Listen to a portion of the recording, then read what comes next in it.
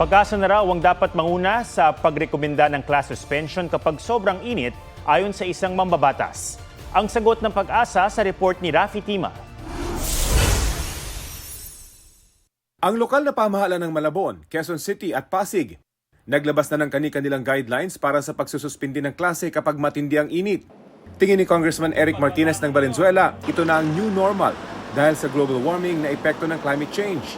Panukala niya, pangunahan na ng Pag-asa ang pagbalangkas ng pulisiya at pagrerekomenda kung magsususpindi ng klase kung matindi ang init.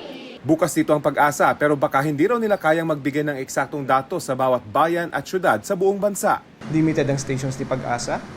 Hindi naman lahat ng municipalities ay meron sa Metro Manila. Meron lang tayong 2 stations. Mas maganda rin daw kung may kanya-kanyang instrumento ang mga munisipalidad para sila na mismo ang makapagdesisyon kung mataas ang heat index.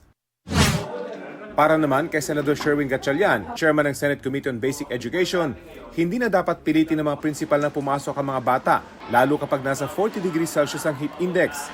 Sa Mayo 31 pa matatapos ang kasalukuyang school year. Kasalukuyang nagtatransition pabalik sa dating school year para makaiwas sa tag-init. Sa projection ng DepEd, sa school year 2026-2027 pa ito tuluyang maibabalik sa dati. Para naman sa Teachers Dignity Coalition, dapat sa susunod na school year, Abril at Mayo na ang bakasyon. Hindi raw baling mabawasan ang kanilang bakasyon basta ibigay lang ang tamang kompensasyon.